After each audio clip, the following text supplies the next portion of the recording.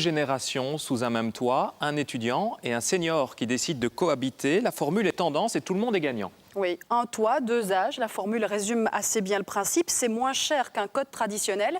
Et puis pour les personnes âgées, la présence d'un jeune à la maison est aussi rassurante. Pour le Focus, Pascal Bourgault a visité l'un de ces logements intergénérationnels. Paul est veuve depuis longtemps. Alors quand ses filles se sont mariées, la maison est devenue très vide. Je ne voulais pas être seule, chez moi seule. Héloïse, 20 ans, est originaire de Bastogne. Elle est en 2e année de médecine à l'université de Liège. J'avais pas envie de vivre toute seule et d'avoir personne à qui parler, rentrer des cours, être toute seule tout le temps. Et j'avais pas envie non plus de me retrouver dans un code communautaire où il y avait toujours du bruit, toujours des gens.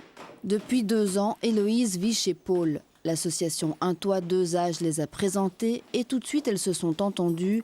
Aujourd'hui, elles ont même du mal à se passer l'une de l'autre. Je dois même dire que quand je ne l'ai pas le week-end, je suis un peu perdue.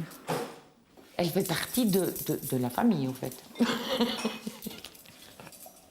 Quand je suis en vacances ou même le week-end, quand les week-ends s'éternisent, ça me manque, quoi. Il faut que je revienne. Autant quand j'étais en côte, j'avais les pieds de plomb pour revenir à la fin du week-end, mais maintenant, je retrouve ma deuxième maison. Héloïse paye environ 300 € pour le logement et les repas. Un complément non négligeable pour la petite retraite de Paul. Les étudiants peuvent aussi choisir une formule où une partie du loyer se calcule en heures d'assistance aux seniors. Vous n'avez pas besoin d'aide? Non, pas encore. Peut-être l'année prochaine, ou dans 6 mois, je ne sais pas, mais en attendant, non. Allez, attends. Même sans obligation, il reste le plaisir de partager.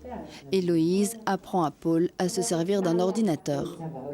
Propriété, puis là, il faut aller décocher ça. Et c'est pas gagné. Cette belle histoire, c'est grâce à Marie, assistante sociale de l'association. Elle arpente Liège et ses environs pour rencontrer les étudiants et les seniors candidats.